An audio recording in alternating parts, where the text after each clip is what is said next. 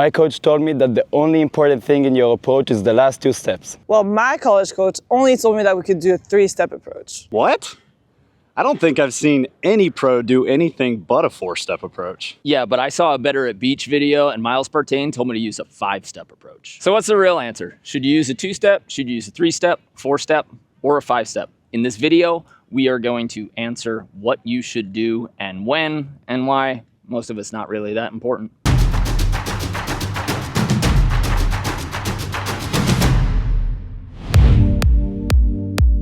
What's up, guys? I'm Mark with Better at Beach. This is one of our coaches, Tomer and Marine, our coach and marketing director and AVP champion, and of course, Brandon Joyner. You've seen him in all of our other videos. Today, we're going to finally answer the question of what you should be using and when for a 2-step, a 3-step, a 4-step, and even a 5-step approach. And we're going to explain everything you need to know about all of it. So, get ready for a banger video, and if you haven't yet, click that subscribe button. And if you want one of these sweet tanks or slunks, check out the links below. We got them. Let's get into it, shall we? Yeah. Sounds good.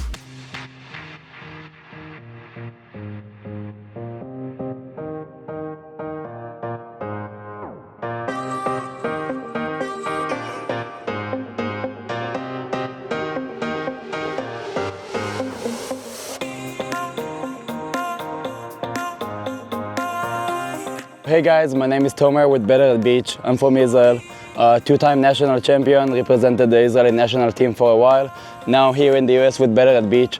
Sorry for my voice, I'm after a 6-man, very good experience. So we're gonna talk about the last 2 steps of the approach and why they're so important. Okay, so the last 2 steps, that's what give me the power, that's how I jump high, okay?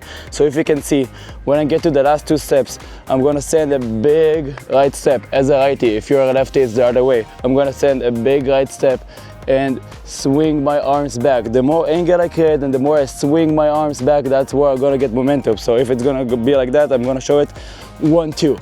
So when I get finished here, I have my arms back, I have this angle, I have my chest facing down, okay? So I finish that, and then from here, I'm getting up. A lot of the times I'm getting stuck on a short ball. Maybe my partner is setting from the net, maybe I hear just dug a ball.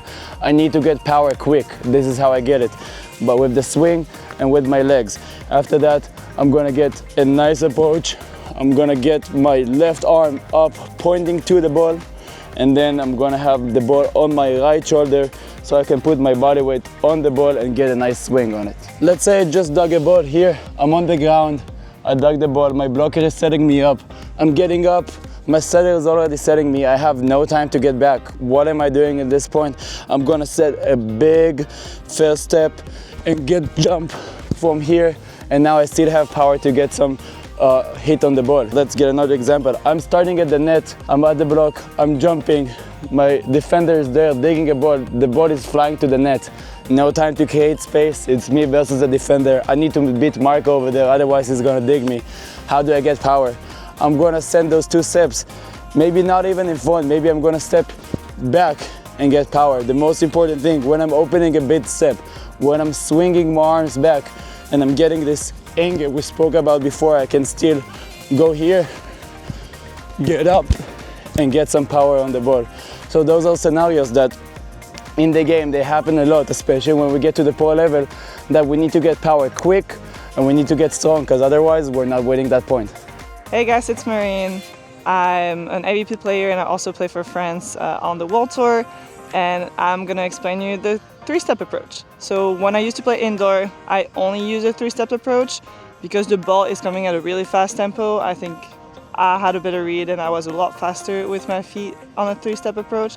But also in indoor, it's alright to broad jump a lot, but in beach, it's better to get your feet to the ball. So for the 3-step approach, your 3rd step, I like to call it the directional step. As a right-handed player, my first step is gonna be a left step to my 3-step approach, and from here, I'm just doing left, right, left to my closing step. With that 3rd step, you're gonna be able to go in the direction of the ball, because, quick tip, you're not approaching to a spot, you're actually approaching to the ball, and it's actually gonna help you a lot to get your feet to the ball. So once I'm here, depending on where my ball is, I'm gonna take that first step towards the ball. Okay, so for example, I call the 2 ball, but all of a sudden the ball ends inside. I'm gonna take that step towards the ball to be able to get my closing step to the ball. Same thing if the ball is overpassing the 2 ball that you just called, then by waiting and taking my first step towards the ball, you're gonna be able to get your closing step to the ball. When I used to do a 3-step indoor, we did it because our tempo was really fast and we were taking the approach a lot closer, especially like in women's volleyball. I don't think the outside hitters were approaching as far as in the men's. We were getting a little closer to the net. So from there, we also didn't have space to take a 4-step approach. It was a lot easier to broad jump indoor. So with a 3-step approach, you could broad jump pretty far. Now, as a beach player, I switched my 3-step approach to a 4-step approach because with a 4-step approach, I was able to read the set a little better, but also getting my feet under the ball. You also want to jump more straight up in beach than you want indoor. In indoor, you can also use a 4-step. There's nothing bad that can happen really, besides that you have to readjust your timing to the setter. My name is Brandon with Better at Beach. It's good to see you guys again. Let's get down to the nitty-gritty, and I'm going to tell you why the 4-step approach is what you should always strive for. Yes, we have a 2-step. Yes, we have a 3-step. There are certain situations where you should use them. With the 4-step approach, this is what's going to give you the optimal timing, the optimal speed, and the most amount of vision to attack the ball. So let's go through it. When we are starting our approach, yes, we need to find distance off the net. If we don't have this distance, then we're going to have to shrink our 4-step approach, but it is important that you can try it because, once again, there's going to be a couple different reasons. The first thing is our first step of our approach is what we call our timing step. I love a 4-step approach because if we can allow our 4-step approach to happen and we have our timing step happen on the setter's contact, it gives us something real to look at to time up the first step of our approach. Once we've gone on to that first step, now, just like you heard from Marine, we are right into that 3-step approach motion, and we can think about the same ideas that she covered. What I think about my second step of my approach is that it's my direction step. So I've put my first step down when the setter's touching the ball or around the setter's contact time. And then once I see the ball get set, I can use my next step to decide where I'm going into the ball. Did they leave me inside? That step's gonna mirror that. Did they push me outside? That step's gonna mirror that. And then finally, we get to Tomer's idea with our last 2 steps, where we can go through, be really strong and aggressive with those last 2 steps. Once that happens, we get up in the air high, quick, and make our contact. The 4-step approach can be used in almost any situation if you have the willpower to do it. The important thing about the 4-step approach is making sure that you give yourself the space from the net, allow yourself to find the timing with the setter, and then you can use all those steps perfectly to set yourself up for the best attack. You know, there's also a 5-step approach, and there's a time when you can and want to use it. If you check out some of the videos we have linked under the description, and I'm gonna point to them here. Maybe we'll put them in, maybe we won't, but check out the description. Miles Partains explains that there is a 5-step approach where you can leave more steps in the tank. Essentially, more steps in the tank allows you to get your feet to the ball a little bit more accurately. Imagine it like this. If you had only one chance, you're allowed to take one step to be exact in determining where the ball is going to land and getting your feet there, versus if you had 2 steps, 3 steps, 4 steps. It's almost like you have 2, 3, 4 chances to get yourself into a better location. Okay.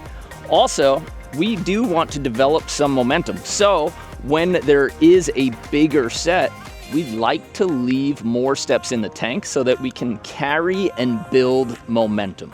Now, the more momentum that you build, the higher your vertical jump can be. And I want to make sure that we don't get out of this video without saying this. All of the things that we are saying, 2, 3, 4, 5 step, they are all the same approach. If you're taking a left, right, left, in order to get to your left, right, left, you have to have taken a right step before that. So that would be somebody saying, I do a 3-step, but somebody else saying, well, take a look, you actually did a 4-step. So we'll show you a bunch of clips right here of exactly when AVP and FIVB players are taking their first step. But remember, we're gonna clip them up and we're going to show you all of the different little bits of timing, and all of the 2-step, 3-step, 4-step, 5-step approaches are woven in. And I think I'm on Tomer's side with making sure that the last 2 steps are the most important. If you don't have that mastered, you have to make sure that you are getting really directional and getting your feet to the ball on the last 2 steps. So in the next part of the video, what we're going to do is we're going to show you maybe some height differences and different challenges for 2-step, 3-step, 4-step, and 5-step. We're gonna see how you build momentum, but I promise you, according to the laws of biodynamics, it's not a word, but according to exercise science and biomechanics, right? The more momentum that you build on your way to the ball, the more power you will have on your last 2 steps. So we want to be somewhere in control that develops speed. And if you say that you do a 3-step, it's very possible that you might be doing a 4-step and somebody just looks at it different. If you say that you do a 4-step, somebody could say, look, it's 3 steps. So when would you use actually a 5-step to leave it in the tank? Well, if you're hitting an option ball, so if somebody passes the ball and you want to make sure that you have really excellent last 2 steps to the ball, you want more steps to be more accurate. So your partner would pass, and then you would take your left step, then right, left, right. So you have more steps in the tank to be more accurate. Personally, I made this change throughout my career where, especially in transition situations when I had a bad pass or a bad dig and I know a big set is coming from the back half of the court, I needed to make sure I reserved more steps for after the setter contacted the ball. So I'd see the set contact the ball and then I would say, okay, there it is, 1, 2, 3, 4, or sometimes 1, 2, 3, 4, 5. We're gonna keep showing you clips along through this video so that you can get a different look at it. But just remember that the most important thing is that you get your right arm under the ball, and then the bonuses for that are, can you have increased vision by keeping more space in front of you? And can you increase your momentum so that you actually jump higher when you hit? Also, if you come from indoor, you might recognize some of these set calls or approach calls as a 1st step tempo, a 2nd step tempo, a 4th step tempo, so that when the setter is touching the ball, what step are you on? The slower the ball, so the higher the set, the more steps you can take to get to it. The faster the set, that means that you need to be on your next step when they're contacting. So if you're a middle hitter in indoor, you should actually be on a 0 step, which means that you would be in the air by the time the setter is touching the ball. So there's some semantics there that we want to make sure that we're clear on, okay? But if you are struggling with being early or late, the best thing that you can do is just experiment. Have this setter set, and then take only 2 steps. Have the setter set and then take 3 steps. Have the setter set and then take 4 steps. And then if you lengthen and contract your approach, you'll find your happy medium that works the best for you. So one of the big arguments and discussions that we have as coach and as players is, should I change my step sequence based on the height of my set? So some people say, well, I take a lower set. That's what I'm comfortable with, so I should only use a 3-step. Some people say, well, I take a higher set, so that's why I take a 4-step. However many steps you actually use in your approach, when we're talking about tempo changes for your set or set height changes, the important thing is, what step are you on at set contact?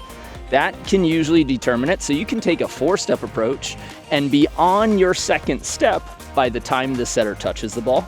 You could also be on your 4th step by the time the setter touches the ball. It's also tough because even though we have these steps in order, the timing can be different. So you can take fast, choppy steps with 4 steps, and you can take really slow, long steps. And if you're just learning this, I get it. And if you need help, we have a 21-day Fix Your Jump Mechanics and Fix Your Arm Swing course at betteratbeach.com. We also have a full 8-week attacking course that can help with your offense, where I will watch your videos in your gameplay and your drills and give you critique on it, along with a whole slew of tutorials and drills that you should be doing at home. But if you're just learning this, you have to be able to match this to the rhythm of your play. So if you've ever taken dance lessons and you just had to figure out how to do the steps for whatever dance you're learning, that's step one. Step two is trying to tie it into a rhythm. And the funny thing about sports is the rhythm of the play is constantly changing. So sometimes you have to take faster steps and you can still fit all 4 in. Sometimes you have to take slower steps. Okay? So don't get frustrated if you feel like, man, this 4-step, it's too many steps, or the 3-step just doesn't feel like I have momentum. Keep changing the timing of your steps, keep changing the timing of your set and the height of your set, and you'll find your happy medium. And if you want some extra help, head over to betteratbeach.com, come to a camp, sign up for an online course, and we'll help you out with yours.